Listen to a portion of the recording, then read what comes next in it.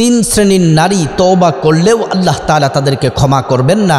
কারণ হলো তারা এই গুনাহের সাথে জড়িত আছে, তওবা করে আবার এই গুনাহগুলা করে। যারা তওবা করে গুনাহ করে কিন্তু গুনাহগুলা বন্ধ করতে পারছে না, ওই সকল নারীকে আল্লাহ তাআলা ক্ষমা করবেন না।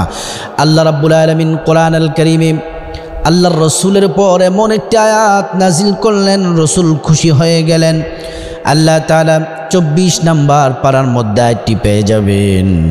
আল্লাহ রাব্বুল আলামিন বললেন, কুল ইয়া ইবাদিয়াল্লাযীনা আসরাফু আলা আনফুসিহিম লা তাকনাতু মির রাহমাতিল্লাহ। আল্লাহ তাআলা বলছেন, হাবিব আপনি বলে দিন, ইয়া ইবাদি, হে আমার বান্দারা, আল্লাযীনা আসরাফু, যারা নিজেদের নফসের প্রতি জুলুম করেছ, অন্যায় করেছ, অপরাধ করেছ, গুনাহ করেছ, ভুল করেছ, তোমরা যতই পাপী হও না কেন, লা তাকনাতু মির রাহমাতিল্লাহ, আমি আল্লাহর রহমত থেকে নিরাশ হও না। সুবহানাল্লাহি ওয়া বিহামদিহি। আপনার গুনাহ যদি সাগরের ফেনা পরিমাণ হয়, আপনার গুনাহ যদি পাহাড় পরিমাণ হয়, আল্লাহ তাআলা বলছেন তারপরেও আমার রহমত থেকে নিরাশ হয় না। আল্লাহ তাআলা বলছেন, যদি তোমরা খাঁটি তওবা করো, যেই গুনাহ করো, যেই পাপগুলা করেছ, ওই গুনাহ পাপ যদি বন্ধ করে দিয়ে তারপরে যদি খাঁটি দিলে তওবা করতে পারো, চোখের পানি গড়িয়ে গড়িয়ে নাকের ডগা পেরোতে দেরি হবে, আল্লাহ তাআলা জীবনের গুনাহগুলা মাফ করতে দেরি হবে না। সুবহানাল্লাহি ওয়া বিহামদিহি। এজন্য প্রিয় দিনী ভাই ও বোন, আল্লাহ তাআলা বলেছেন ওই সকল মানুষ হচ্ছে শ্রেষ্ঠ।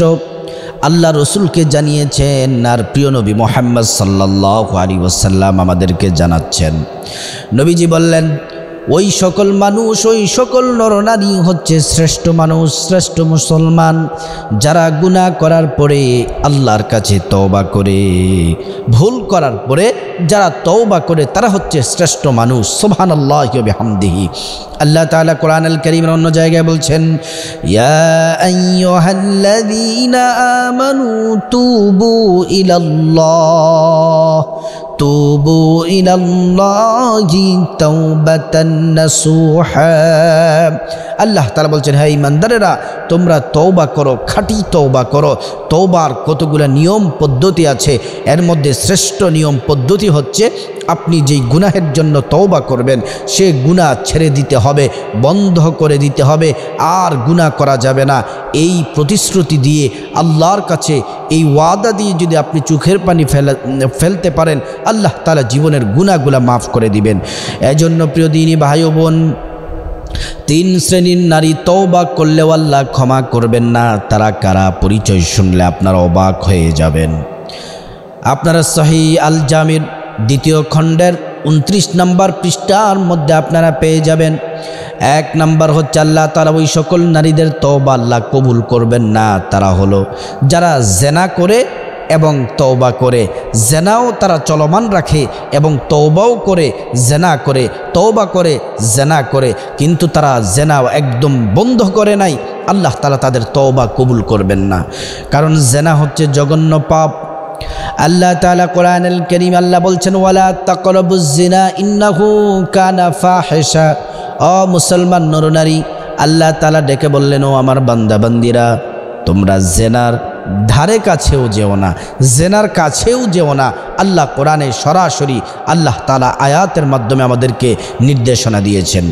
শুধু তাই নয়, অবিবাহিত ছেলে মেয়ে যারা বিয়ে করে নাই, অবিবাহিত ছেলে মেয়ে যদি জেনা করে, ব্যভিচারী করে, আল্লাহ তাআলা তাদেরকে শাস্তির বিধান সম্পর্কে, শাস্তি দেওয়া সম্পর্কে আল্লাহ কোরআনের মধ্যে আয়াত দিয়েছেন। আল্লাহ রাব্বুল আলামিন বলছেন, আয-যানিয়াতু ওয়াজ-যানি ফাজলিদু কুল্লা ওয়াহিদিম মিনহুমা মিআতা জালদা। অবিবাহিত ছেলে মেয়ে যদি জেনা করে, তাদেরকে মিআতা জালদা, 100 দোররা মারতে হবে, বেত্রাঘাত দিতে হবে। আর যদি বিবাহিত নারী পুরুষ যদি পরকিয়া করে, জেনা করে, তাহলে তাদেরকে, পুরুষদেরকে নাভি পর্যন্ত মাটির মধ্যে পুঁতে চতুর্দিক থেকে পাথর মেরে হত্যা করতে হবে। আর যদি নারী হয়, সেনা পর্যন্ত মাটির মধ্যে পুঁতে তারপরে পাথর মেরে তাকে হত্যা করতে হবে। আল্লাহ তাআলা নির্দেশ দিয়েছেন।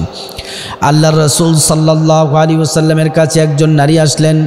একজন মহিলা আসলেন, আইসা বললেন, ওগো নবীজি, আমি আল্লাহর জাহান্নামকে ভয় করি, আল্লাহকে ভয় করি, কিন্তু আমি তো ভুল করে ফেলেছি, আমি পবিত্র হতে চাই, জাহান্নামের আগুন থেকে বাঁচতে চাই। আল্লাহর রসুল বললেন, তোমার কি হয়েছে বলো। ওই নারী, ওই মহিলা বললেন, ইয়া রাসূলুল্লাহ, আমি জেনা করেছি, আমি ব্যভিচারী করেছি। আল্লাহর রসুল বললেন, হায় হায়, কি বলো। ওই মহিলা ডেকে বললেন, ইয়া রাসূলুল্লাহ, শুধু জেনা ব্যভিচারী করিনি, আমার পেটের মধ্যে অবৈধ সন্তান এসে পড়েছে।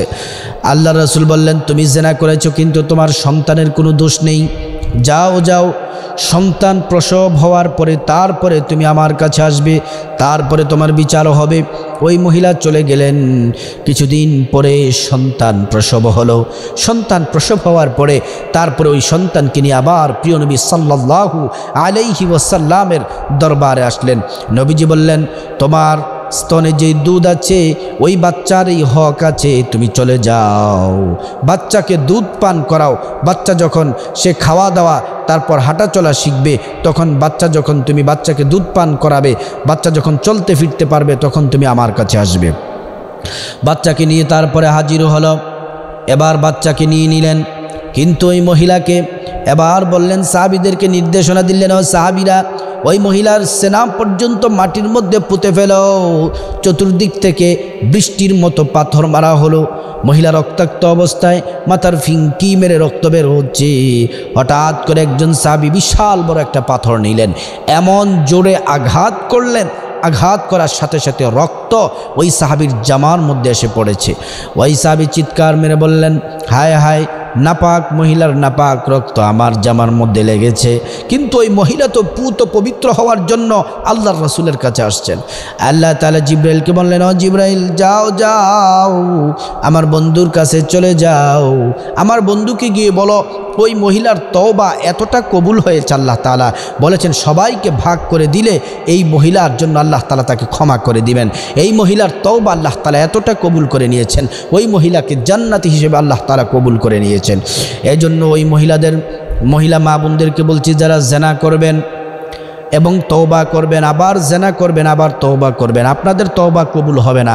জেনা টোটালি বন্ধ করে তারপরে যদি আপনি তওবা করেন, আল্লাহ তাআলা আপনাকে ক্ষমা করতে পারেন। দ্বিতীয় নাম্বার হচ্ছে দায়ুস মহিলা। যেই মহিলা টাইট ফিটিং কাপড় চোপড় পরে ঘর থেকে বের হয়, বেপর্দা অবস্থায় বের হয়, চুল খোলা রেখে বের হয়, সাজগোজ করে পর্দাবিহীন ঘর থেকে বের হয়, রাস্তার পুরুষ ওই বেগানা মহিলার দিকে তাকিয়ে থাকে, আর ওই মহিলাকে দায়ুস মহিলা বলা হয়েছে। আর যারা দায়ুস মহিলা হয় তাদের জায়গা হচ্ছে জাহান্নামে। এজন্য আল্লাহ রাসূল বললেন, যারা দায়ুস মহিলা হয়, পর্দা করে না, এবং অধিকাংশ অনেক পুরুষ এই মহিলার কারণে জাহান্নামে যাবে। সে রাস্তা দিয়ে হেলে দুলে বেপর্দা অবস্থায় চলাফেরা করে, আর পুরুষরা তাকিয়ে থাকে, আর জাহান্নামে এই মহিলার জন্য যাচ্ছে। ওই মহিলা যতক্ষণ না পর্যন্ত একদম খাঁটি তওবা যতক্ষণ না পর্যন্ত না করবে, পর্দা করে আগে আপনি পর্দা করতে হবে, আল্লাহকে ভয় করতে হবে, তারপরে তওবা করলে আপনার তওবা কবুল হবে।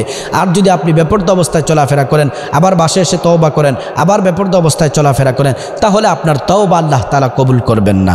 3 নাম্বার হচ্ছে, যেই মহিলারা, যেই মা বোনেরা তার স্বামীকে কষ্ট দেয়, তার স্বামীকে কটাক্ষ করে কষ্ট দেয়, স্বামীর খেদমত করে না, ওই সকল মহিলাদেরকে এমন অবস্থায় রাসূল মেরাজে দেখেছেন যে জিহ্বা তাদের উপরের দিকে রশি দিয়ে জিহ্বাগুলা টেনে ধরে রাখছে, জিহ্বা টেনে ধরে রাখছে, আর তারা ঝুলে আছে।